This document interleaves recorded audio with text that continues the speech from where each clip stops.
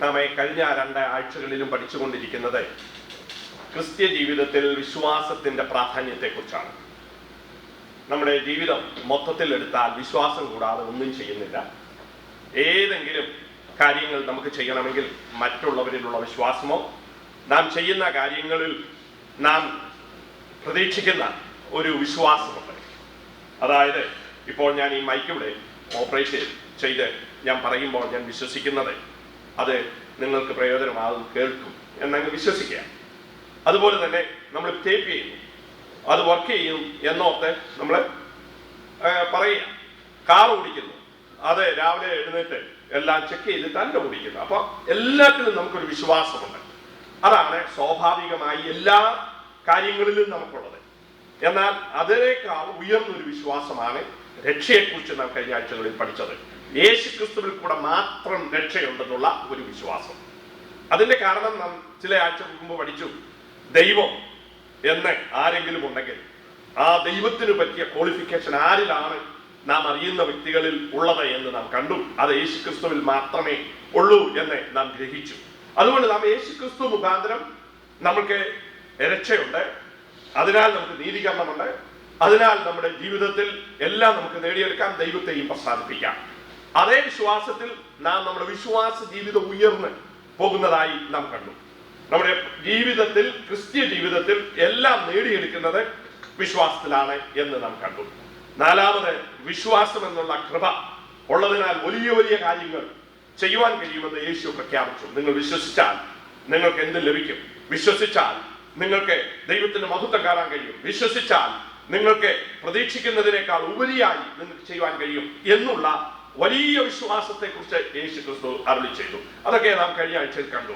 എന്നാൽ എങ്ങനെയാണ് ഈ വിശ്വാസം നമുക്ക് ഉണ്ടെന്ന് അറിയുന്നത്? അതാണ് അടുത്ത ചിന്ത. ഇന്ന് നാം ചിന്തിക്കുവാൻ പോകുന്നത്. വിശ്വാസികളായ നാം, വിശ്വാസം പ്രസംഗിക്കുന്ന നാം, വിശ്വാസത്തിൽ ജീവിക്കുന്നു എന്ന് പറയുന്ന നാം എങ്ങനെയാണ് നമ്മളുടെ ജീവിതത്തിൽ യഥാർത്ഥ വിശ്വാസമുണ്ട് എന്ന് കാണുന്നത്? യാക്കോബ് പറയുന്നുണ്ട്, നിങ്ങൾ വിശ്വാസമുണ്ടെന്ന് പറഞ്ഞിട്ട് അത് തെളിയിക്കുന്നത് പ്രവൃത്തിയിൽ കൂടെയാണ്. പ്രവൃത്തിയില്ലാത്ത വിശ്വാസം ചത്തതാണ്, നിർജീവമാണ്. അപ്പോൾ വിശ്വാസമുണ്ട് എന്ന് പറഞ്ഞിട്ട് വിശ്വാസത്തിന്റെ പ്രവൃത്തിയില്ലെങ്കിൽ ആ വിശ്വാസത്തിന് യാതൊരു അർത്ഥവുമില്ല എന്ന് വേദപുസ്തകം നമ്മെ പഠിപ്പിക്കുന്നു. അത് നമ്മുടെയൊക്കെ ഈ ജീവിതത്തിൽ നമുക്ക് മനസ്സിലാക്കാൻ കഴിയും. വിശ്വാസത്തിന്റെ ഒരു അനുസരണമാണ്. ഞാൻ വിശ്വസിച്ചാൽ ആ വിശ്വാസത്തിന് വേണ്ടി എന്ത് ചെയ്യുവാനുള്ള ഒരു അനുസരണം. റോമാലേഖനം 1-ാം അധ്യായത്തിന്റെ 6-ാം വാക്യത്തിൽ അത് പറഞ്ഞിട്ടുണ്ട്. വിശ്വാസത്തിനൊരു അനുസരണം ഉണ്ടത്രേ. അത് നമുക്കൊന്ന് വായിക്കാം. എന്താണ് ഇവിടെ പറഞ്ഞിരിക്കുന്നത്? റോമാലേഖനം 1-ാം അധ്യായത്തിന്റെ 6-ാം വാക്യം. ഞങ്ങൾ അവന്റെ നാമത്തിനായി സകല ജാതികളുടെ ഇടയിൽ വിശ്വാസത്തിന് അനുസരണം വരുത്തേണ്ടതിന്. അപ്പോൾ വിശ്വാസമുണ്ട് എന്ന് പറഞ്ഞാൽ നമുക്ക് മനസ്സിലാകണമെങ്കിൽ അതിനൊരു അനുസരണം വേണം, അല്ലേ? എങ്ങനെയാ അനുസരണം എന്ന് വെച്ചാൽ, ഉദാഹരണം, ഒരു വിശ്വാസിയുടെ ജീവിതം ഞാൻ പറയാം. നമുക്ക് ഫിലിപ്പോസിനെ കുറിച്ച് കാണാം. ശമരിയയിൽ താൻ വലിയ മീറ്റിംഗ് നടത്തുകയാണ്. ജാതികളുടെ ഇടയിൽ വലിയ പ്രവർത്തനം നടക്കുമ്പോൾ തന്നോട് ദൈവാത്മാവ് പറയുകയാണ്, നീ നിർജ്ജന പ്രദേശത്തേക്ക് പോകുവാൻ, ആരുമില്ലാത്ത സ്ഥലത്തേക്ക് പോകാൻ. അതെങ്ങനെയാണ് നടക്കുന്നത്? രുചിയുടെ വിലയ്ക്ക് ആരുമില്ലാത്ത ദേശത്ത് പോയാൽ എങ്ങനെയാണ് നടക്കുന്നത്? പ്രസംഗം മനുഷ്യരോടാണ്. അവിടെ ആർക്കെങ്കിലും അത് ഉപകരിക്കണമെങ്കിൽ 4 പേരെങ്കിലും വേണം. നിർജ്ജന പ്രദേശം എന്ന് പറയുന്നിടത്തോ ആരുമില്ല. അപ്പോൾ അത് ഒരു കോൺട്രഡിക്ഷനാണ്. നമ്മുടെ ഉദ്ദേശത്തിന്, പ്രത്യേകിച്ച് നാം ഉപയോഗിക്കപ്പെട്ടുകൊണ്ടിരിക്കുമ്പോൾ ദൈവകരങ്ങളിൽ നമുക്കൊരു സംശയം തോന്നാം, ഇതെന്തൊരു കൂത്തൻ. അപ്പോൾ താൻ നിർജ്ജന പ്രദേശത്തേക്ക് ദൈവാത്മാവിനെ അനുസരിച്ചു പോയി. അവിടെ താൻ പ്രതീക്ഷിച്ചതിനേക്കാൾ വ്യത്യസ്തമായ നിലയിൽ ഒരാളെ കണ്ടുപിടിച്ചു. അതാണ് വിശ്വാസത്തിന്റെ അനുസരണം. നമ്മളെ കേട്ടതിനനുസരിച്ച് പ്രവർത്തിക്കാം.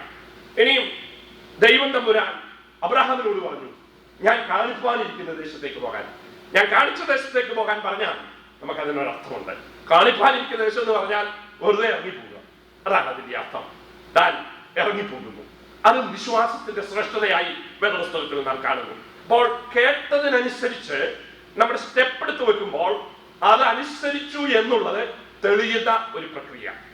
അതാണ് ദൈവത്തിന്റെ വചനത്തിൽ നമ്മളോട് ദൈവാത്മാവ് വളരെ ശക്തമായി പറഞ്ഞിരിക്കുന്നത്.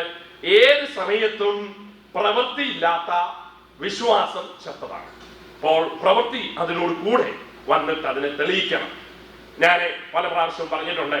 ഒരുവൻ പറയുകയാണ് എനിക്ക് നീന്താൻ അറിയാം എന്ന് പറഞ്ഞിട്ട് വെള്ളത്തിൽ ഇറങ്ങുന്ന സ്വഭാവം ഇല്ലെങ്കിൽ, വെള്ളം കാണുമ്പോൾ ഭയപ്പെടാണെങ്കിൽ അവൻ എന്ത് പറയുന്നത് ആയിട്ട് ഒത്തുപോകില്ല.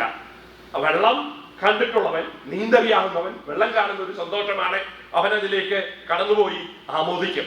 അപ്പോൾ ആ കരയിൽ നിന്ന് പ്രസംഗിക്കുകയല്ല, വെള്ളത്തിലേക്ക് ഇറങ്ങി അവന് നീന്തറിയാമെങ്കിൽ അവൻ മുന്നോട്ട് പോകും. അപ്പോൾ ആ പ്രവൃത്തിയാണ് ഇവിടെ നാം ഉദ്ദേശിക്കുന്നത്. അപ്പോൾ വിശ്വാസത്തിന് ഒരു അനുസരണമുണ്ട്. അതാണ് നമ്മുടെ ജീവിതത്തിൽ നമുക്ക് വേണ്ടുന്നത്. എന്തും ഏതും ചോദ്യം ചെയ്യാതെ ദൈവത്തിൽ വിശ്വസിച്ച് സ്റ്റെപ്പ് എടുത്ത് വെക്കുന്ന ആ പ്രവൃത്തിയാണ് വിശ്വാസത്തിന്റെ പിന്നിലുള്ള ഏറ്റവും വലിയ കാര്യം നമുക്ക് ചെയ്യാൻ കഴിയുന്നത്. അനുസരിക്കുക എന്നുള്ളതാണ്. ദൈവത്തെ അനുസരിക്കുക, ദൈവോചനത്തെ അനുസരിക്കുക, ദൈവാത്മാവിനെ അനുസരിക്കുക. അതാണ് വിശ്വാസം നമുക്ക് നൽകുന്നത്. ബുദ്ധിമുട്ടുള്ള കാര്യങ്ങൾ, പ്രയാസമുള്ള കാര്യങ്ങൾ, പ്രശ്നമുള്ള കാര്യങ്ങൾ നമുക്ക് സ്വാഭാവികമായി മനസ്സിലാകുമ്പോൾ വിശ്വാസം പറയും അതിൽ നമുക്ക് അക്കരെ കടക്കാം. വിശ്വാസം പറയും ഇത് നമ്മളാൽ സാധിക്കും. ഇസ്രായേൽ മക്കൾ 10 പേര് പറഞ്ഞത് വളരെ ലോജിക്കാണ്. വളരെ കണ്ണിന്റെ കാഴ്ചയുടെ അടിസ്ഥാനത്തിൽ അവർ പറഞ്ഞത് വലിയ മതിൽ, വലിയ ശക്തന്മാരായ ജനങ്ങൾ. എന്നാൽ വിശ്വാസികളായ 2 പേര് പറയുകയാണ് ഇതുവരെയും ദൈവം നമ്മെ നടത്തിയതുകൊണ്ട് ഇവിടെയും നടക്കും. അതാണ് വിശ്വാസത്തിന്റെ പ്രമാണം. അത് എപ്പോഴും ലഭിച്ചെന്ന് വരികയില്ല.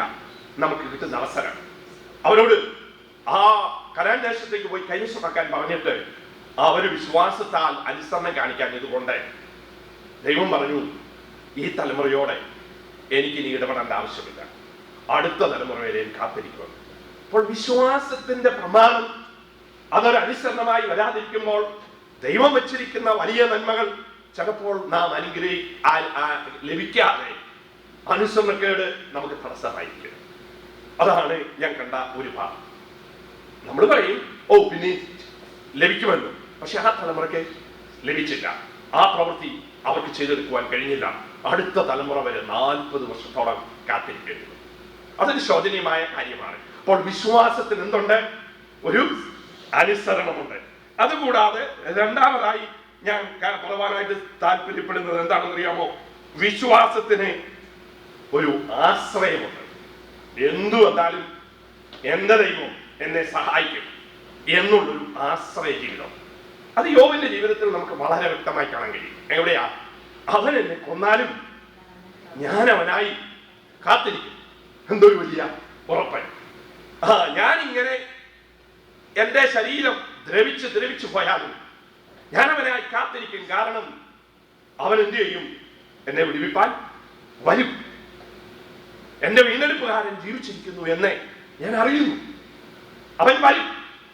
ഞാൻ ദേഹസഹിതനായി ഇങ്ങനെ ദ്രവിച്ചു പോയാലും ഞാൻ ദേഹമുള്ളവനായി അവനെ കാണും. എന്ന് വെച്ചാൽ എനിക്കൊരു സന്ദർശനം ദൈവത്തിൽ നിന്ന് ലഭിക്കും. അബ്രഹാം പറയുന്നു തന്റെ പൈതലിനെ യാഗം കഴിച്ചാലും ഞങ്ങൾ മടങ്ങി വരും എന്ന് പറയുമ്പോൾ ആശയ്ക്ക് വിരോധമായ ആശയോടെ അവൻ വിശ്വസിക്കുകയാണ്. യാഗം കഴിച്ചാലും എന്തോ സംഭവിക്കും, അവനുമായി ഞാൻ എഴുന്നേറ്റ് വരും. അപ്പോൾ ഒരു ആശ്രയം, ഒരു വലിയ പ്രതീക്ഷ, ഒരു വലിയ ഉറപ്പ് തന്റെ ജീവിതത്തിലുണ്ട്. ഇതാണ് വിശ്വാസത്തിന്റെ ജീവിതം. അവർക്ക് ചഞ്ചലമില്ലാത്ത ഒരു കാര്യം. കഷ്ടതയാണെങ്കിൽ കഷ്ടത, ബുദ്ധിമുട്ടാണെങ്കിൽ ബുദ്ധിമുട്ട്, പ്രയാസമാണെങ്കിൽ പ്രയാസം. അത് വിശ്വാസത്തിൽ അവരെടുത്തു വെക്കുന്ന ഉടനെ അവരാശ്രയിക്കുന്ന ദൈവം ആരാണെന്നുള്ള ഉറപ്പാണ് അതിന് നൽകുന്നത്. ഞാൻ വിശ്വസിക്കുന്നവൻ ആരാണെന്ന് എനിക്കറിയാം. അതാരാണ്? എന്റെ കർത്താവൻ, എപ്പോഴും വിശ്വസ്തൻ, മാറാത്തവൻ, മാറുവാൻ കഴിയാത്തവൻ, പോഷിക്കുവാൻ കഴിയാത്തവൻ, മനുഷ്യനെ പോലെ വാക്ക് മാറ്റാത്തവൻ. അങ്ങനെയുള്ളൊരു വിശ്വാസമായിരുന്നു പിതാക്കന്മാരുടെ വിശ്വാസം. അതാണ് ആശ്രയിക്കാൻ കഴിയുന്നത്. അപ്പോൾ ആശ്രയത്തിന് ഞാൻ പറഞ്ഞു എപ്പോഴും വ്യക്തിബന്ധം വളരെ അത്യാവശ്യമാണ്. നാം മറ്റേ വ്യക്തിയെ കുറിച്ച് അറിയാത്തടത്തോളം കാലം നമുക്ക് എന്ത് ചെയ്യാൻ കഴിയത്തില്ല, ആശ്രയിക്കുവാൻ സാധ്യമല്ല. നാം കാണുന്നവരിലൊന്നും ആശ്രയിക്കാറില്ല. നമ്മളുമായി വളരെ അടുത്ത ബന്ധം സ്ഥാപിച്ച വ്യക്തിയോടാണ് നാം നമ്മുടെ പ്രാധാന്യമുള്ള കാര്യങ്ങൾ ചെയ്യുവാൻ ഏൽപ്പിക്കുകയും അതിൽ തന്നെ ഉറച്ചു നിൽക്കുകയും അവർ ചെയ്യുമെന്ന് നാം ആഗ്രഹിച്ച് അത് ചെയ്യേണ്ട സമയത്ത് ചെല്ലുകയും ചെയ്യുന്നു. അപ്പോൾ ഒരു പാസ്റ്ററെ സംബന്ധിച്ച് പ്രധാനപ്പെട്ട ഒരു കാര്യമാണ് കുഞ്ഞുങ്ങളുടെ അല്ലെങ്കിൽ കല്യാണം, അല്ലേ? അവര് കല്യാണത്തിന് വിളിച്ചു ഒരു പാസ്റ്ററെ, ഇന്ന തീയതിയിൽ വരും. അപ്പോൾ ആ വ്യക്തി വരുമെന്നുള്ള ഉറപ്പിലാണ് എല്ലാ കാര്യവും ക്രമീകരിച്ച് അവിടെ ഒരു വലിയ ഹോൾ എടുത്ത് മനോഹരമാക്കി എല്ലാം ചെയ്യുന്നതിന്റെ കാരണം എന്താ? ആ മാസ്റ്റർ അവിടെ വരും, ആ ചടങ്ങ് നടത്തുവാൻ, ആ ശ്രേഷ്ഠമായ ആ വിവാഹത്തിന്റെ ഉടമ്പടി യാഥാർത്ഥ്യമാക്കുവാൻ അദ്ദേഹം വരും എന്ന് വിശ്വസിക്കാൻ ആരെങ്കിലും പിന്നെയും പിന്നെയും വിളിച്ചു ചോദിക്കുകയാണെന്ന് ഇരിക്കട്ടെ, രാവിലെ പാസ്റ്റർ ഇന്ന് അവിടെ കാണുമല്ലോ, പാസ്റ്റർ അവിടെ കാണുമല്ലോ എന്ന് ചോദിച്ചാൽ അതിന്റെ അർത്ഥം ആളെ വിശ്വസിക്കാൻ സംശയമുണ്ടെന്നുള്ളതാണ്. അപ്പോൾ നമ്മുടെ ജീവിതത്തിൽ നാം ആശ്രയിക്കുന്ന വ്യക്തി എങ്ങനെയുള്ള വ്യക്തിയാണെന്ന് നമുക്ക് ആ പഴയ അറിവിന്റെ അടിസ്ഥാനത്തിലാണ് നമ്മുടെ ആശ്രയം എപ്പോഴും ശക്തമായിരിക്കുന്നത്. അപ്പോൾ ഒന്നാമതായിട്ട് വിശ്വാസത്തിന് ഒരു അനുസരണമുണ്ട്, അത് ക്വസ്റ്റ്യൻ ചോദിക്കാതെ അനുസരിക്കുന്ന ഒരു രീതി. രണ്ടാമത് ആശ്രയിക്കുന്ന ഒരു അവസ്ഥ. മൂന്നാമതായി ഈ വിശ്വാസം തന്നെ വേറൊരു വിധത്തിൽ നമ്മുടെ ജീവിതത്തിൽ എന്ത് നൽകുമെന്ന് അറിയാമോ? നമുക്ക് വിജയം നൽകും. എങ്ങനെയാ? നമ്മൾ ആശ്രയിക്കുക മാത്രമല്ല, നമുക്ക് വിജയം നൽകും. എവിടെയാ പറഞ്ഞിരിക്കുന്നത്? നമുക്ക് യോഹന്നാന്റെ 1-ാമത്തെ ലേഖനം അവിടെ നോക്കാം. അവിടെയാണ് 5-ാം അധ്യായത്തിന്റെ 4-ാം വാക്യത്തിൽ യോഹന്നാൻ അപ്പോസ്തലൻ വളരെ ശക്തമായി പറഞ്ഞിരിക്കുന്നു. നമുക്ക് എന്തിനോ ഉറയ്ക്കാം. വായിച്ചേ.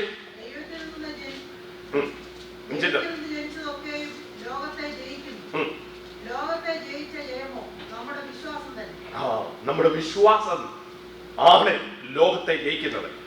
ഈ ലോകത്തിൽ പല കാര്യങ്ങളും നമുക്ക് നോക്കാനുണ്ട്. പക്ഷെ ക്രിസ്ത്യ ജീവിതത്തിന്റെ വിജയം എവിടെയാ? വിശ്വാസത്താണ്. ബാക്കിയുള്ളതൊക്കെ വിശ്വാസമുണ്ടെങ്കിൽ എല്ലാം സംഭവിക്കും.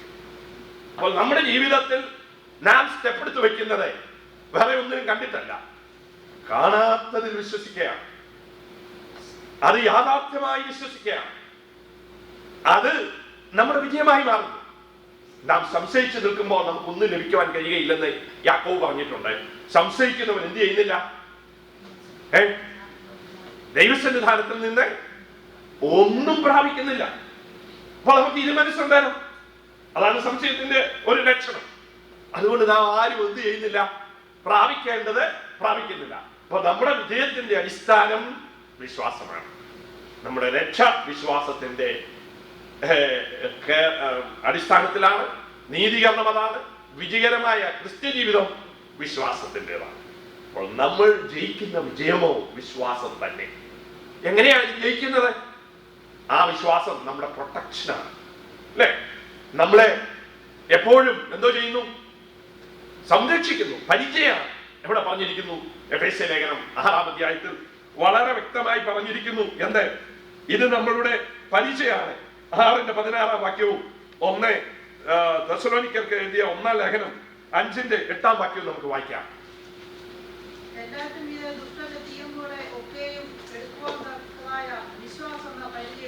ഓക്കെ, നമ്മുടെ ശത്രു ആരാണ്? പിശാച്.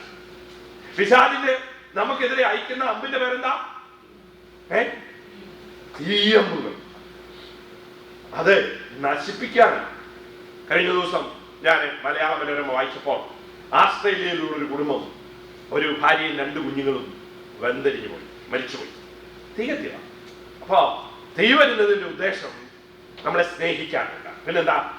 നമ്മളെ നശിപ്പിക്കാനാണ്. ഒരുത്തൻ തീയമ്പ് നമ്മുടെ നേരെ തൊടുത്തുവിടുമ്പോൾ നമ്മുടെ നാശമാണ്. പക്ഷേ അതിന്റെ നടുവിൽ നാം ഭയപ്പെടേണ്ട ആവശ്യമില്ല. വിശ്വാസം എന്ന പരിച നമ്മളെ എന്തോ ചെയ്യുന്നു? സംരക്ഷിക്കുന്നു. അപ്പോൾ പിശാചിന്റെ അറ്റാക്ക് ഇല്ലാഞ്ഞിട്ടല്ല, അത് യാഥാർത്ഥ്യമല്ലാഞ്ഞിട്ടല്ല, അവന് ശക്തി ഇല്ലാഞ്ഞിട്ടല്ല, നമ്മൾക്ക് വിശ്വാസം എന്ന പരിച നമ്മെ പ്രൊട്ടക്ട് ചെയ്യുന്നു. നമ്മുടെ വിശ്വാസം നമ്മുടെ വിശ്വാസമല്ല, ദൈവത്തിലുള്ള വിശ്വാസം. ദൈവം തമ്പുരാൻ നമ്മുടെ സങ്കേതമാണെന്നുള്ള വിശ്വാസം. അവന്റെ ദൂതന്മാർ നമ്മളെ സംരക്ഷിക്കുമെന്നുള്ള വിശ്വാസം. ദൈവത്തിന്റെ ദൂതന്മാർ നമ്മുടെ കൂടെയുണ്ടെന്നുള്ള വിശ്വാസം. അവൻ എന്തെല്ലാം പിശാച് തന്ത്രമായി കടന്നു വന്നാലും ആ തന്ത്രത്തിന് ഉപരിയായ വിദഗ്ധത ദൈവത്തിനുള്ളത് കൊണ്ട് നാം അതിനെ കൊണ്ട് ആശങ്കപ്പെടേണ്ട ആവശ്യമില്ല. അപ്പോൾ നമ്മളുടെ എന്താണ് വിശ്വാസം? നമ്മളുടെ പരിചയമാണ്.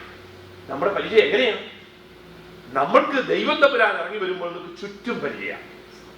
അങ്ങനെയാണ് 3-ാം സങ്കീർത്തനത്തിൽ പറഞ്ഞിരിക്കുന്നത്. 3-ാം സങ്കീർത്തനം പറയുന്നത്, ദൈവമേ നീ എന്റെ ചുറ്റും പരിചയമാണ്. അത് വേറെ ആർക്കും ചെയ്യാൻ കഴിയില്ല. ലോകത്തിലുള്ള ഒരു വ്യക്തിക്കും പരിചയം എവിടെ ആകാൻ പാടില്ല? ചുറ്റുമുണ്ടാകാൻ പാടില്ല. അത് മുന്നിൽ ഒരു കൈ കൊണ്ട് ആ പരിചയം വാളുമായിരുന്നു, അല്ലെങ്കിൽ കുന്തവുമായിരുന്നു, അല്ലെങ്കിൽ വേറെ എന്തെങ്കിലും ഒരു ഒഫൻസീവായിട്ടൊരു വെപ്പൺ കയ്യിൽ വേണം, അല്ലേ? അല്ലെങ്കിൽ അവന്റെ ജീവിതം ശരിയല്ല. പക്ഷെ ഇവിടെ ദൈവം തമ്പുരാൻ എങ്ങനെയാണ്? നമുക്ക് ചുറ്റും പരിചയമായിരിക്കുന്നു എന്നാണ് ദാവീദ് പറയുന്നത്. അല്ലാതെ മുന്നിൽ മാത്രമല്ല, പിന്നിൽ മാത്രമല്ല, മുകളിലും താഴെയും സൈഡുകളിലും ദൈവം നമുക്ക് ചുറ്റും പരിചയമായിരിക്കുന്നത് കൊണ്ട് നമ്മുടെ തല ഉയർത്തുന്നവരും അവിടെ അങ്ങനെ പറഞ്ഞിരിക്കുന്നത്. നീ എന്തോ ചെയ്യുന്നു? എന്റെ തല ഉയർത്തുന്നു എന്ന് വെച്ചാൽ എന്താ? എന്റെ തല മുകളിൽ നിൽക്കും, ബാക്കിയുള്ളവർക്കെല്ലാം പരിചയമായിരിക്കും. അപ്പോൾ അവനാണ് എന്റെ തല ഉയർത്തി എന്റെ തല മാത്രം കാണിക്കുകയും അതിനും പ്രൊട്ടക്ഷൻ ഉണ്ടായി. അപ്പോൾ ദൈവത്തിലുള്ള വിശ്വാസമാണ് നമ്മളുടെ ജീവിതത്തിന്റെ വിജയം. കാരണം ദൈവം നമ്മെ പ്രൊട്ടക്ട് ചെയ്യുന്നു. അപ്പോൾ നാം അനുസരണമുള്ളവരായി ദൈവത്തിൽ ആശ്രയിക്കുന്ന ഉടനെ നമ്മൾക്ക് ലഭിക്കുന്നത് വിജയമാണ്. പരാജയം നമ്മളുടെ ലിസ്റ്റിലില്ല. പലപ്പോഴും നാം വിചാരിക്കും, അയ്യോ ഞാൻ പരാജയപ്പെട്ടല്ലോ, അല്ലെങ്കിൽ ഇന്നത് പോലും സംഭവിച്ചില്ലല്ലോ. അത് എന്തല്ല, പരാജയമല്ല, ദൈവത്തിന്റെ പണിശാലയിൽ നാം ആകേണ്ടതുപോലെ ആകുവാൻ ദൈവം അനുവദിക്കുന്ന ചില പാഠങ്ങൾ. അത് ചിലപ്പോൾ നമുക്ക് വേദനയെടുക്കും, നമുക്ക് ബുദ്ധിമുട്ടുണ്ടാകും. നമുക്ക് എന്നും ആരുടെയും ജീവിതത്തിൽ ദൈവം വിളിച്ച ശേഷം വളരെ വിദഗ്ധമായി പരിശുദ്ധമായി ജീവിതം ചെയ്ത ആരുടെയും ജീവിതത്തിൽ ഒരു കഷ്ടതയും ഇല്ലാത്ത ഒറ്റ വ്യക്തിയുമില്ല. വിദഗ്ധമായി പരിശുദ്ധമായി ജീവിച്ച വ്യക്തികളെ ഒക്കെ എടുത്തു നോക്കേ, അവരുടെ ജീവിതത്തിലെല്ലാം കഷ്ടത.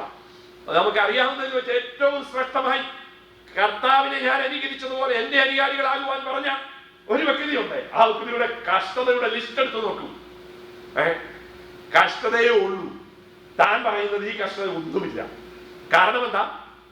വരുവാനുള്ള തേജസ് വിചാരിക്കുമ്പോൾ, വരുവാനുള്ള പ്രഭ വിചാരിക്കുമ്പോൾ ഇതൊന്നുമില്ല. അത് എനിക്ക് എവിടുന്നാ പഠിച്ചത്? യേശുക്രിസ്തുവിൽ നിന്ന്.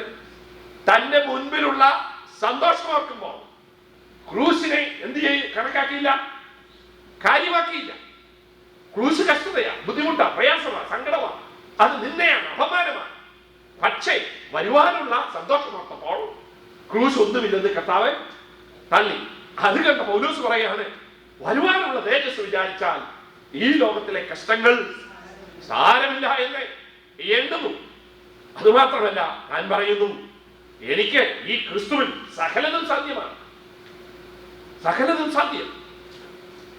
ഞാൻ ആകുന്നത് കൃപയാലാകുന്നു. എന്നെ ശക്തനാക്കുന്നവൻ മുഖാന്തരം ഞാൻ സകലത്തിലും മതിയാകുന്നു. എന്നെ ശക്തനാക്കുന്ന ഒരു ദൈവമുണ്ട്. അപ്പോൾ കഷ്ടത ഇല്ലാത്ത ഒരു ജീവിതം എങ്ങും കാണില്ല. അപ്പോസ്തലനായ പൗലോസ് പറയുന്നത് ഈ കഷ്ടത എന്ന് പറയുന്നത് ഒരു അപൂർവ കാര്യമല്ലെന്നാണ്. യാക്കോബ് പറയുന്നത് അത് നമ്മളുടെ ജീവിതത്തിൽ എന്താണ്, നമ്മെ ആ ഉയർന്ന നിലയിലേക്ക്, നമ്മെ കർത്താവിന്റെ സന്നിധാനത്തിൽ ആക്കേണ്ട വിധത്തിലാക്കുവാൻ. 1:3 വായിച്ച് യാക്കോബിന്റെ ലേഖനം 1:3 അവിടെ പറഞ്ഞിരിക്കുകയാണ്, കഷ്ടത എന്നുള്ളത് എന്തല്ല, വിശ്വാസത്തിന്റെ ഒരു പരിശോധന നമുക്ക് എന്താ ഉണ്ടാക്കും? സ്ഥിരത ഉളവാക്കും. നാം നേരെ പോകുവാൻ, ശരിയായി പോകുവാൻ, അതെ, അതിൽ തന്നെ നിലനിൽക്കുവാൻ അത് ഒരു ശോധനയാണ്. പിന്നെ അത് സന്തോഷമെന്നാണ് നമ്മൾ. പിന്നെ നിങ്ങൾ കുറവില്ലാത്തവരായി തികഞ്ഞവരും നിങ്ങളെ കുറിച്ചുള്ള കംപ്ലീറ്റ് ഉദ്ദേശം നിവർത്തിക്കുവാൻ എന്താ വേണം? കഷ്ടത ഒരു ശോധനയായി എടുത്താൽ മാത്രമേ സാധിക്കുള്ളൂ. എന്തൊക്കെയാ? കുറവില്ലാത്തവരും തികഞ്ഞവരും സമ്പൂർണ്ണരും. ഇതിൽ കൂടുതൽ എന്താ വേണം? നമ്മൾ ആരായി തീരണം? വിശ്വാസത്തിന്റെ ശോധനയിൽ കൂടെ കടന്ന് ദൈവം ആഗ്രഹിക്കുന്ന വ്യക്തിത്വങ്ങളായി മാറുവാൻ, തികഞ്ഞവരായി, സമ്പൂർണരായി, കുറവില്ലാത്തവരായി തീരുവാൻ. ഒന്നും കുറവില്ലാത്തവരെന്ന് പറഞ്ഞാൽ മാത്രം മതി. അതിന് ശക്തി കൂട്ടുവാൻ പറയാണ് സമ്പൂർണരാക്കുവാൻ. പിന്നെ എന്താ? തികഞ്ഞവർ, കുറവില്ലാത്തവർ, തികഞ്ഞവർ, സമ്പൂർണ്ണർ. നോക്കിയേ, ഒരു കാര്യമാണ് 3 വിധത്തിൽ പറയുകയാണ്. അത് എവിടെയാണ്? വിശ്വാസത്തിന്റെ ശോധനയിൽ. അപ്പോൾ വിജയം നമുക്കുണ്ട്, വിജയത്തിൽ കഷ്ടതയുണ്ട്, ബുദ്ധിമുട്ടുണ്ട്, പ്രയാസമുണ്ട്, പ്രശ്നമുണ്ട്. അപ്പൊ നമ്മുടെ ഗോളാണ് വലുത്. ഇതൊന്നും എന്തല്ല, ഒരു പ്രശ്നമായിരിക്കുന്നില്ല. ജീവിതത്തിൽ ഏത് കാര്യവും അച്ചീവ് ചെയ്യുന്നവർക്ക് അത് നേടുവാൻ തക്കവണ്ണം അതിന്റെ പിന്നിൽ എന്തുണ്ട്? ത്യാഗമുണ്ട്, ഡിസിപ്ലിനുണ്ട്, അതിൻ്റെതായ ബുദ്ധിമുട്ടുകളുണ്ട്. നാം ഒരു കാര്യവും അല്ലാതെ നേടിയെടുക്കുന്നില്ല. ലോകത്തിൽ ഒരു കാര്യവും എടുകുടുക്കെ ചോറും കറിയും എന്ന് പറയുമ്പോൾ സംഭവിക്കുന്നില്ല. എല്ലാം ആ പ്രോസസ്സിൽ കൂടെ കടന്നു പോകുമ്പോൾ മാത്രമേ അത് ലഭിക്കുകയുള്ളൂ. അതിലാണ് നമ്മുടെ സന്തോഷവും. ഇവിടെ അതാണ് യാക്കോബ് പറഞ്ഞിരിക്കുന്നത്. അപ്പോൾ നമ്മുടെ ആശ്രയമാണ്, നമുക്ക് ആശ്രയിക്കുന്ന ആശ്രയം ദൈവസന്നിധാനത്തിൽ തെളിയിക്കുന്നത് നമ്മുടെ വിശ്വാസത്തിലാണ്. ആ വിശ്വാസം മുഖാന്തരം നമുക്ക് എന്തുണ്ട്? വിജയമുണ്ട്.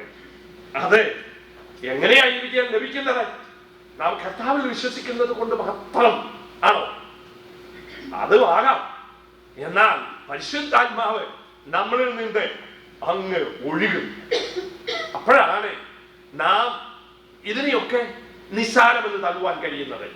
നമ്മുടെ ജീവിതത്തിൽ പരിശുദ്ധാത്മാവിന്റെ ഒരു ഒഴുക്കുണ്ടാകണം. യേശുക്രിസ്തു തന്നെയാണ് പറഞ്ഞത്, തന്നിൽ വിശ്വസിക്കുന്നവരുടെ ഉള്ളിൽ നിന്ന്. എവിടെയാ പറഞ്ഞിരിക്കുന്നത്?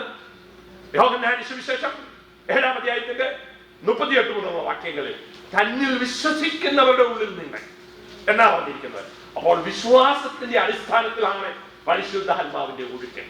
അല്ലാതെ നാം പരിശുദ്ധാത്മാവിനെ പ്രാപിച്ചു എന്ന് പറഞ്ഞിട്ട് ഒരുപാട് പേര് ലോകത്തിലുണ്ട്. പക്ഷേ അവന്റെ ആഴമായ വിശ്വാസത്തിലാണ് അത് വലിയ നദികളായി ഒഴുകുന്നത്. വായിച്ചു, എന്നിൽ വിശ്വസിക്കുന്നവന്റെ ഉള്ളിൽ നിന്ന്. അപ്പോൾ തിരുവഴുത്ത് പറയുന്നത് പോലെ ജീവജലത്തിന്റെ നദികൾ ഒഴുകും. അപ്പോൾ നോക്കിക്കേ, കർത്താവ് പറയുന്നത് നിങ്ങളിൽ എല്ലാവരിലും എന്റെ ആ ജീവജലത്തിന്റെ നദി ഒഴുകുമെന്നല്ല. പിന്നെ ആരാ? വിശ്വസിക്കുന്നവർ. അതിനുവേണ്ടി നാം കർത്താവിന്റെ സന്നിധാനത്തിൽ, കർത്താവിനാൽ സാധ്യമാണ്, കർത്താവിൽ ഞാൻ ആശ്രയിക്കുന്നത് കൊണ്ട് അത് തെളിയിക്കുവാൻ വേണ്ടി സ്റ്റെപ്പ് എടുത്തിരിക്കുന്നവരിൽ ആണ് ദൈവത്തിന്റെ പ്രവൃത്തി, പരിശുദ്ധാത്മാവിന്റെ ശക്തി പ്രകടമാകുന്നത്. അല്ലെങ്കിൽ നമുക്ക് ഒരു പുത്തുവരുത്ത ജീവിതം ചെയ്ത് മാത്രം ജീവിക്കുവാൻ കഴിയും. നമ്മുടെ ജീവിതത്തിൽ അസാധാരണമായ കാര്യങ്ങൾ നമ്മൾ കാണുകയും അത് ദൈവത്തിൽ കൂടെ സാധിച്ചെടുക്കുവാൻ പരിശുദ്ധാത്മാവ് നമ്മളിൽ ഒഴുകുകയും ചെയ്യും. അത് നദികളായിട്ട് ഒഴുകും. അല്പാൽപ്പം ഒരു ചെറിയ കാര്യങ്ങൾ ചെയ്തെടുക്കുവാനായിട്ടല്ല, അത് നമ്മുടെ ജീവിതത്തിൽ വലിയ കാര്യങ്ങൾ നാം കാണണം. വലിയ കാര്യങ്ങൾ കാണുന്നത് അങ്ങനെ നമുക്ക് വിശ്വാസത്താൽ തന്നെ കാണാൻ പറ്റുള്ളൂ. കാഴ്ചയിൽ കാണാത്തത് എവിടെ കാണാൻ പറ്റുള്ളൂ? വിശ്വാസത്താൽ. ഒരു ദർശനം നമുക്ക് വേണ്ടുന്നത് കാണുവാൻ കഴിയും. അതെങ്ങനെ കഴിയുന്നത്? ഒരിക്കൽ ഏലിശ എങ്ങനെ ദൈവിക കാര്യങ്ങൾ രാജാവിനോട് പറയുകയും ദൈവികമായ കാര്യങ്ങളിൽ നടക്കുവാൻ ഉപദേശിക്കുകയും ദൈവത്തിന്റെ വഴികളെ കുറിച്ച് അവന് ബോധ്യമാക്കുകയും ചെയ്തപ്പോൾ സിറിയക്കാരുടെ കാര്യം നടക്കാതെ പോയി. അപ്പോൾ ഈ പറയുന്ന വ്യക്തി ആരാണെന്ന് കണ്ടുപിടിച്ച് ഏലിശയെ പിടിക്കുവാൻ ഒരു സൈന്യത്തെ നേരിട്ട് അങ്ങോട്ട് അയച്ചു. അപ്പോൾ രാവിലെ ദാസൻ എഴുന്നേറ്റിട്ട് നോക്കിയ ഉടനെ വലിയൊരു സൈന്യം ചുറ്റും നിൽക്കും. താൻ പറഞ്ഞു, അയ്യോ യജമാനനെ, നമ്മൾ പിടിക്കപ്പെട്ടു, എന്ത് ചെയ്യാൻ കഴിയും? അപ്പോൾ ഏലിശ പറഞ്ഞു, നീ വിഷമിക്കണ്ട, അതിന് ചുറ്റും നിൽക്കുന്നവരെ ഒന്ന് കാണാൻ. നീ ഈ ആദ്യത്തെ ഭവനെ കാണുന്നുള്ളൂ, അതിന്റെ പുറകിൽ ഒന്ന് നോക്ക്, അവിടെ നിൽക്കുന്ന ആരാ? നീയെ ദൈവത്തിന്റെ ദൂതന്മാരെ കാണും. അവൻ നോക്കിയിട്ട് കണ്ടില്ല. അപ്പോൾ ആര് കണ്ടു? ഏലിശ കണ്ടു, വിശ്വാസത്തിൽ കണ്ടു. എന്നിട്ട് പ്രാർത്ഥിച്ചു, കർത്താവേ, ഇവന്റെ കണ്ണിനെ ഒന്ന് തുറക്കണമേ, ഇത് കാണാനാണ്. അപ്പോൾ അതാണ് വിശ്വാസത്താൽ യഥാർത്ഥത്തിൽ ദൈവവുമായിട്ട് ബന്ധമുള്ളവന്റെ ആഴമായ വിശ്വാസം. കാണാത്തതിനെ കണ്ടതുപോലും വിളിച്ചു പറയാം. അതാണല്ലോ ഡെഫിനിഷൻ. ഏറെ ആശിക്കുന്നതിന്റെ ഉറപ്പും കാണാത്ത കാര്യങ്ങളുടെ നിശ്ചയവും. അവൻ കണ്ടുകൊണ്ട് കാണാത്തതും അവൻ ആശിക്കുന്നതുമായ ആ കാര്യമാണ് അവന്റെ സംരക്ഷണം. അതവൻ കണ്ടു, അത് വിളിച്ചു പറഞ്ഞു. എന്നിട്ട് അവനത് വിശ്വാസത്തിൽ കണ്ടു, മറ്റേ ആളിന് കണ്ടു തുറക്കേണ്ടി വന്നു അത് കാണാൻ. അപ്പോൾ ദർശനം, നാം ആഗ്രഹിക്കുന്ന ദർശനം, ആഗ്രഹിക്കുന്ന കാര്യം കാണാൻ വിശ്വാസം വേണം. അപ്പൊ ആഗ്രഹിക്കുന്ന കാര്യമാണല്ലോ സാധിക്കുന്നത്. അത് ദൈവനാമ മഹത്വത്തിന് വേണ്ടി, ദൈവിക ഉദ്ദേശത്തിന് വേണ്ടി നാം ചെയ്യുന്ന ഉടനെ അത് യാഥാർത്ഥ്യമായി വരും. അല്ലാതെ കണ്ടതിന്റെ അടിസ്ഥാനത്തിൽ ലോകത്തിൽ വളരെ കുറച്ച് കാര്യങ്ങളെ നേടിയെടുക്കുകയുള്ളൂ. നമുക്ക് കാണാവുന്ന പരിമിതിയിൽ മാത്രം ചെയ്യുന്നവർ അങ്ങനെയൊക്കെ ചെയ്യുള്ളൂ. ലോകത്തിൽ വലിയ കാര്യങ്ങൾ അവരുടെ കാഴ്ചപ്പാടിൽ, അകത്തെ കാഴ്ചപ്പാടിൽ കണ്ടവരാണ് എല്ലാം കണ്ടുപിടിച്ചിരിക്കുന്നത്. ഏത് കാര്യവും ഉണ്ടായിട്ട് കണ്ടുപിടിച്ചതല്ല, ഇല്ലാത്തത് കണ്ടിട്ടാണ് എല്ലാം കണ്ടുപിടിച്ചിരിക്കുന്നത്. അവരതിനെ കണ്ടു. അതാണ് ലോകത്തിന്റെ കണ്ടുപിടുത്തത്തിന്റെ അടിസ്ഥാനമെങ്കിൽ നമ്മളുടെ കാര്യങ്ങളുടെയും അടിസ്ഥാനം അതാണെന്ന് ദൈവം തമ്പുരാൻ വ്യക്തമായി എഴുതി വെച്ചിരിക്കുക. വിശ്വാസം ആശിക്കുന്നതിന്റെ ഉറപ്പാണ്, കാണാത്ത കാര്യങ്ങളുടെ നിശ്ചയമാണ്. വിശ്വാസത്താൽ ഇവര് ഈ കാര്യങ്ങളൊക്കെ ചെയ്തെടുത്തു എന്ന് വലിയൊരു ലിസ്റ്റ് നമ്മുടെ മുൻപിൽ തന്നിരിക്കുക. 11-ാം അധ്യായം വലിയൊരു ലിസ്റ്റ്. ഇവരൊക്കെ ചെയ്തു, അതുകൊണ്ട് നിങ്ങൾക്കും ചെയ്യാം. ഇവരുടെ ജീവിതത്തിൽ അത് രണ്ട് വിധത്തിലുള്ള ആൾക്കാരുണ്ടായിരുന്നു. ഒന്ന്, വിശ്വാസത്താൽ അവരാഗ്രഹിച്ചതുപോലെ ചെയ്തു. രണ്ടാമത്തെ ഗ്രൂപ്പുകൾ വിശ്വാസത്താൽ അവരാഗ്രഹിച്ച ജീവിതം ചെയ്തു പ്രശ്നങ്ങളുടെ നടുവിൽ. അപ്പോൾ പ്രശ്നം അവരെ എന്ത് ചെയ്തില്ല? തടസ്സപ്പെടുത്തിയില്ല. പ്രതിസന്ധിയും പ്രശ്നവും ബുദ്ധിമുട്ടും ഒക്കെ വന്നെങ്കിലും അവരുടെ ജീവിതം ക്രിസ്തുവിന് വേണ്ടി, ദൈവത്തിന് വേണ്ടി എന്തുവേതുമായി തീരുവാൻ അവരെന്തായി തീർന്നു? ഉറപ്പുള്ളവരായിരുന്നു, ധൈര്യമുള്ളവരായി തീർന്നു. അപ്പോൾ ദൈവിക വിശ്വാസത്തിന്റെ അടിസ്ഥാനത്തിൽ വലിയ കാര്യങ്ങൾ നേടിയെടുത്ത വലിയ ആൾക്കാരെ കുറിച്ച് നാം ഇന്നും പറഞ്ഞ് സന്തോഷിക്കണം. അവരങ്ങനെ ചെയ്തു, ഇവരിങ്ങനെ ചെയ്തു. പക്ഷെ സ്റ്റെപ്പ് എടുത്ത് വെക്കുവാൻ നമുക്ക് ബുദ്ധിമുട്ടാണ്. കാരണം എന്താ? നമുക്ക് ഭയം. വിശ്വാസത്തിന് പകരം നാം എന്തോ ചെയ്യും? സംശയത്തെ കയറ്റും. അത് ഭയമായി മാറും. അത് കഴിയുമ്പോൾ നാം ഭയപ്പെടും. നിങ്ങൾ കണ്ടിട്ടില്ലേ, ആരെങ്കിലും ഭയപ്പെട്ടാൽ ഉള്ളത് കൂടെ മറന്നു പോകും. ഇപ്പൊ സ്റ്റേജിലേക്ക് ഒരാളെ ഇങ്ങോട്ട് വിളിച്ച് ആ ആൾക്ക് പിന്നെ പഠിച്ചു ഒരുങ്ങിയൊക്കെ വന്നതാ, കടന്നു വരുമ്പോഴത്തേന് തന്നെ ഒന്ന് വയർത്തു പോയെങ്കിൽ, ഒന്ന് വിഷമിച്ചു പോയെങ്കിൽ പഠിച്ചതെല്ലാം എന്ത് ചെയ്യും? മറന്നു പോകും. അറിയാഞ്ഞിട്ടല്ല, ഒരുങ്ങാഞ്ഞിട്ടല്ല, പക്ഷേ അവനിൽ ഒരു കോൺഫിഡൻസിന്റെ കുറവ്, ഒരു ഡൗട്ട് കിടന്നു പോയി. ആ ഡൗട്ട് എന്തായി മാറി? ബുദ്ധിമുട്ടായി മാറി. അതാണ് ഇവിടെ സംഭവിച്ചിരിക്കുന്നത്. നമ്മുടെ ജീവിതത്തിൽ വിശ്വാസം എന്തായി സംഭവിക്കുന്നില്ല? യാഥാർത്ഥ്യമായി സംഭവിക്കുന്നില്ല. അപ്പോൾ വിശ്വാസം നമുക്ക് വിജയം മാത്രമല്ല, വിശ്വാസം നമുക്ക് ശക്തി മാത്രമല്ല, ഇല്ലാത്ത കാര്യങ്ങളെ കണ്ട് യാഥാർത്ഥ്യമാക്കുവാനും ഈ വിശ്വാസം സാധിക്കും. അപ്പോൾ ഇതിൽ വേറെ ഒരു കാര്യം കൂടിയുണ്ട്. ഈ വിശ്വാസമാണ് നമ്മുടെ കാര്യങ്ങളെ ലഭിക്കുവോളം കാത്തിരിപ്പാൻ നമ്മെ പ്രാപ്തരാക്കുന്നത്. വിശ്വാസം നിശ്ചയമായും നമ്മുടെ ജീവിതത്തിൽ തളർന്നു പോകാതിരിപ്പാൻ അത് നമ്മെ സഹായിക്കും. നോക്കിക്കേ, അപ്പോസ്തല പ്രവൃത്തി 27-ാം അധ്യായം അതിന്റെ 20-ഉം 25-ഉം വാക്യം ഒന്ന് വായിക്കാം. അപ്പോസ്തല പ്രവൃത്തി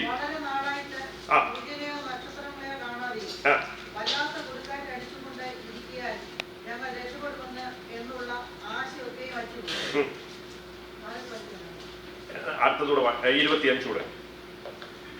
അതുകൊണ്ട് പുരുഷന്മാരെ ധൈര്യത്തോടിരിപ്പിൻ, എന്നോട് അരുളി ചെയ്തതുപോലെ തന്നെ സംഭവിക്കുമെന്ന് ഞാൻ ദൈവത്തെ വിശ്വസിക്കുന്നു. അവരെന്താ? അനേക നാളുകളായി എന്തില്ല? സൂര്യനുമില്ല, ചന്ദ്രനുമില്ല, ഒരു ഒപ്പുമില്ല. പക്ഷേ പൗലോസ് അതിന്റെ നടുവിൽ പറയാണ്, പ്രിയമുള്ളവരെ ധൈര്യപ്പെടുവിൻ. കാരണം എന്താ? എന്നോട് അരുളി ചെയ്തതുപോലെ സംഭവിക്കുമെന്ന് ഞാൻ വിശ്വസിക്കുന്നു. അപ്പോൾ കാര്യങ്ങളൊന്നും നമ്മുടെ കണക്കിൻ പ്രകാരം നടക്കുന്നില്ല എന്ന് മറ്റുള്ളവർ നമ്മളോട് പറയുമ്പോൾ, അന്തരീക്ഷം വിളിച്ചു പറയുമ്പോൾ, നമ്മുടെ സാഹചര്യം നമ്മെ അത് ഓർപ്പിക്കുന്നോടനെ അപ്പോസ്തലനായ പൗലോസ് പറയുന്നത്, എന്നോട് അരുളി ചെയ്തവരിൽ ഞാൻ വിശ്വസിക്കുന്നത് കൊണ്ട് ഇത് സംഭവിക്കും.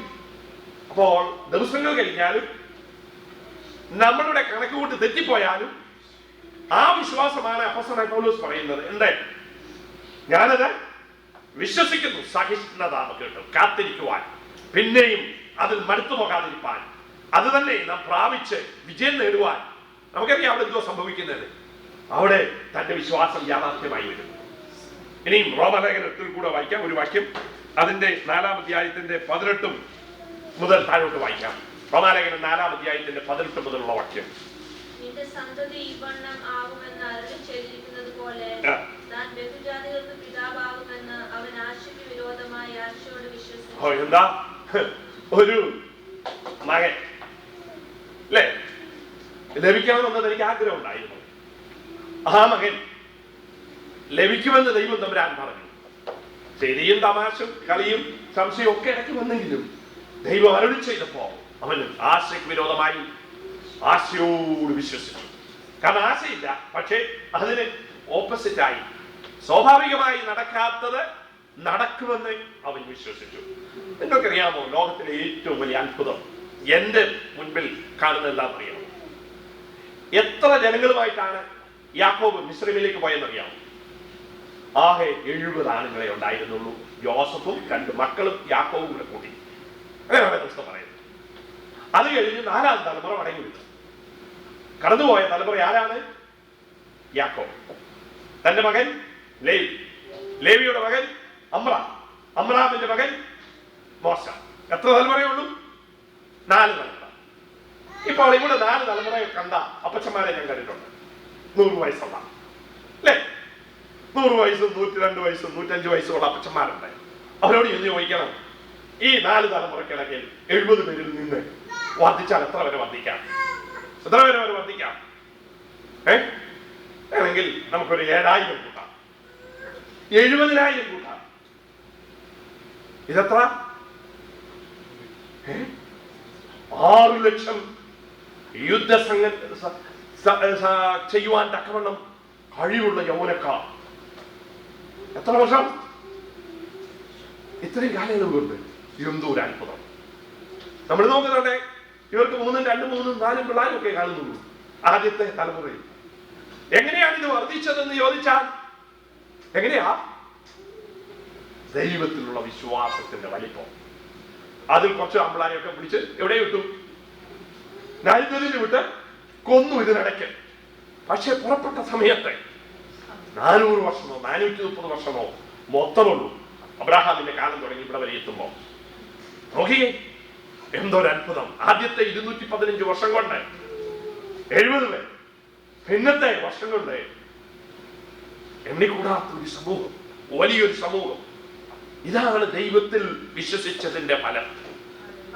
എങ്ങനെയാണെന്ന് മാനുഷിക കണക്കൂട്ടുകളൊന്നും ഇതിന് ഉത്തരവില്ല. അതാണ് ദൈവം തമ്പുരാന്റെ പ്രവൃത്തി. താൻ എന്തോ ചെയ്തു? ആശയ്ക്ക് വിരോധമായ ആശയോടെ ആദ്യത്തെ സന്താനത്തിനെ വിശ്വസിക്കുകയും ദൈവം ആകാശത്തിലേക്ക് നോക്കി നക്ഷത്രങ്ങളെ നോക്കുവാനും ഭൂമിയിലേക്ക് നോക്കി മണലുകളെ നോക്കുവാൻ പറഞ്ഞപ്പോൾ അവനത് വിശ്വസിച്ചതിന്റെ ഫലം നാം കാണുകയാണ് അടുത്ത ചില വർഷങ്ങൾക്കാണ്. എന്തോ ഒരു പ്രവൃത്തി.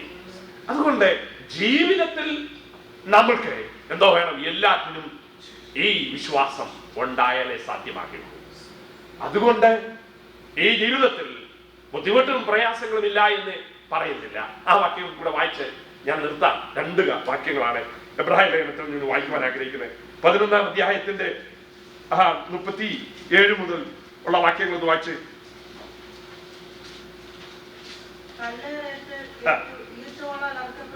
കല്ലേറേറ്റു. അതിന് ഇച്ചിരോട് മുകളിൽ വായിച്ചാലേ വിശ്വാസത്താൽ വിശ്വാസത്താൽ ചില രാജ്യങ്ങളെ അടക്കി നീതി നടത്തി. അതൊക്കെ നല്ല കാര്യങ്ങൾ. വാഗ്ദത്തം പ്രാപിച്ചു.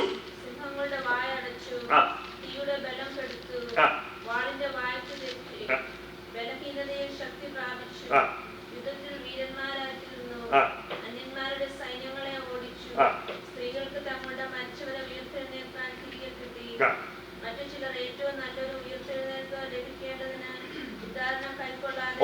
ഇതെല്ലാം ഉദാഹരണം പ്രാപിച്ചവരുടെ കാര്യം. അവർ വിചാരിച്ചത് ലഭിച്ചു. മറ്റു ചിലരോ എന്താ സംഭവിച്ചു? നല്ലൊരു ഉയർത്തെഴുന്നേൽപ്പ് ലഭിക്കേണ്ടതിന് ഉദാഹരണം കൈക്കൊള്ളാതെ അവർക്ക് അന്നേരം വിടുതൽ കൈക്കൊള്ളാതെ എന്താ ചെയ്തു? അടികൊണ്ടു. പരിഹാസമേറ്റു. ചമ്മട്ടി, ചങ്ങല, തടവ് ഇവയാലുള്ള പരീക്ഷയും വിശ്വാസത്താൽ അവരനുഭവിച്ചു. അപ്പോൾ ജീവിതത്തിൽ നാം പ്രതീക്ഷിച്ച കാര്യം അതുപോലെ നടന്നില്ലെങ്കിലും വലിയൊരു ഉദ്ധാരണം, പുനരുത്ഥാനം അവരുടെ ലക്ഷ്യത്തിൽ കണ്ടുകൊണ്ട് അവരെന്തോ ചെയ്തു? ജീവിതം അവരുടെ വിളിയനുസരിച്ച് അവർ നടത്തിയെന്നാണ്. അപ്പോൾ വിശ്വാസം നാം വിചാരിക്കുന്ന വലിയ കാര്യങ്ങൾ നേടിയെടുക്കുവാൻ മാത്രമല്ല, നമ്മളുടെ ജീവിതം വലിയ ജീവിതത്തിന്റെ ഒരു അടിസ്ഥാനപരമായി വിളിച്ച വിളി, അതാണ് വലിയ ജീവിതം. ദൈവം ആഗ്രഹിക്കുന്ന ജീവിതം അത് ചെയ്തെടുക്കുവാൻ എന്തോ സാധിച്ചു, ഇവർക്ക് സാധിച്ചു. അത് കഴിഞ്ഞിട്ട് അവരെന്തോ ചെയ്തു? അപ്പോസ്തലനായ പൗലോസ് പറയുകയാണ് എബ്രായ ലേഖനത്തിൽ 11-ാം അധ്യായത്തിന്റെ 13-ാം വാക്യം. എന്താ പറയുന്നത്? അവരുടെ ജീവിതം അവരെങ്ങനെ മരിച്ചതെന്നൂടെ ചുരുക്കമായി പറഞ്ഞിട്ടുണ്ട്. എന്താ? ഇവരെല്ലാം അവർക്ക് ലഭിച്ച വാഗ്ദത്ത നിവൃത്തി പ്രാപിക്കാതെ അത് വിശ്വാസത്താൽ ദൂരത്തിൽ നിന്ന് കണ്ട് അതിനെ കുറിച്ച് സന്തോഷിച്ചു, അതിനെ അഭിവന്ദിച്ചു.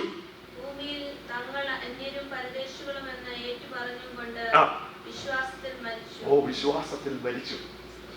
അപ്പോൾ വിശ്വാസത്തിൽ ജീവിച്ചു, വിശ്വാസത്തിൽ കണ്ടു, വിശ്വാസത്തിൽ മരിച്ചു. അപ്പോൾ നാം കാണുന്ന കാഴ്ചപ്പാട് പോലെ അല്ല വിശ്വാസത്തിന്റെ സംഗതി. വിശ്വാസത്തിൽ നാം ജീവിക്കുമ്പോൾ നമ്മെക്കുറിച്ച് ദൈവം ഉദ്ദേശിക്കുന്ന അൾട്ടിമേറ്റ് ആയിട്ടുള്ള കാര്യം സാധിച്ചെടുക്കുക എന്നുള്ളതാണ് ദൈവം തമ്പുരാൻ ആഗ്രഹിക്കുന്നത്. അല്ലാതെ നാം കാണുന്നതും കേട്ടതും മാത്രമല്ല, നമ്മെക്കുറിച്ചുള്ള ദൈവത്തിന്റെ മൊത്തത്തിലുള്ള അൾട്ടിമേറ്റ് യാഥാർത്ഥ്യമാകുന്നതാണ് വിശ്വാസത്തിന്റെ ജീവിതം. അത് വിശ്വാസത്താൽ തുടങ്ങി, വിശ്വാസത്താൽ നടന്ന്, വിശ്വാസത്തിൽ കണ്ട്, വിശ്വാസത്തിൽ മരിക്കുന്നു. എല്ലാം വിശ്വാസത്തിന്റെ അടിസ്ഥാനത്തിൽ നാം പ്രാപിച്ചെടുക്കുന്നു. അതാണ് ഭക്തന്മാരെ കുറിച്ച് 11-ാം അധ്യായം വിവരിച്ചിരിക്കുന്നതിന്റെ സാരാംശം. ആ വിശ്വാസം നമ്മുടെയും ജീവിതത്തിൽ ഉണ്ടെങ്കിൽ മാത്രമേ നമുക്ക് വിളിച്ച വിളിക്കനുസരിച്ച് ജീവിക്കുവാൻ പറ്റുകയുള്ളൂ. യേശുക്രിസ്തു ഒഴികെ ബാക്കിയുള്ളവരൊക്കെ പ്രവർത്തിച്ചത് വിശ്വാസത്തിന്റെ അടിസ്ഥാനത്തിലായിരുന്നു. യേശുക്രിസ്തു കർത്താവും ദൈവവുമായിക്കൊണ്ട് അവൻ കൽപ്പിച്ചത് യാഥാർത്ഥ്യമായി.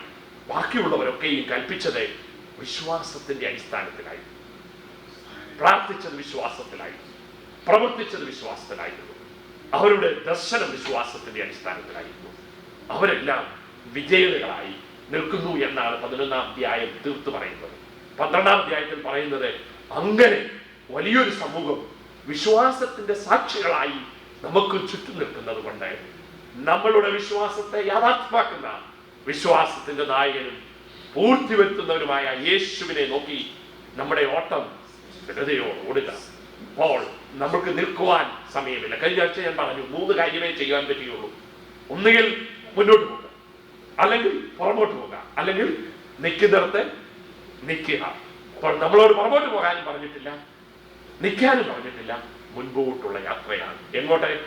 പരമവിളിയുടെ വിരുദ്ധനായി ലക്ഷ്യത്തിലേക്ക് നോക്കി ഉന്നതമായ കാഴ്ചപ്പാടിൽ ജീവിക്കുവാനായിട്ടാണ് കർത്താവ് പറഞ്ഞത്. വിശ്വാസത്താൽ നമ്മുടെ ജീവിതത്തിൽ എല്ലാം സാധ്യമാണ്.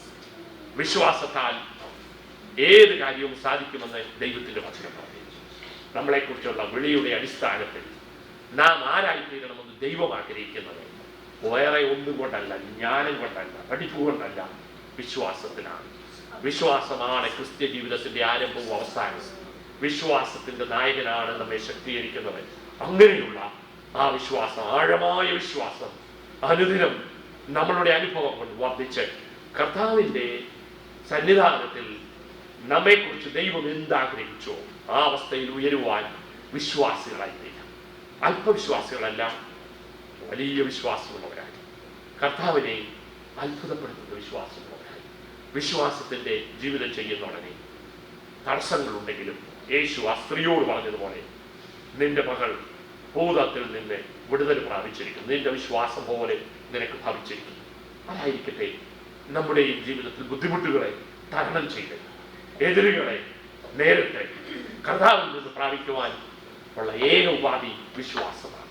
ആ വിശ്വാസം, ഉന്നതമായ വിശ്വാസം, അത്ഭുതപൂർവ്വമായുള്ള വിശ്വാസം നമുക്ക് ലഭിക്കുവാൻ നമുക്കുള്ള ചെറിയ വിശ്വാസത്തെ നമുക്ക് ഉപയോഗിക്കാം. ആ വിശ്വാസത്തെ നമുക്ക് ഉപയോഗിച്ച് ഉപയോഗിച്ച് അതിന്റെ ഉന്നതങ്ങളിലേക്ക് നമുക്ക് എത്തിക്കാം. ഇത് ഉപയോഗിക്കുന്നതോറും വർദ്ധിക്കുന്നതാണ്, കുറഞ്ഞു പോകുന്നതല്ല.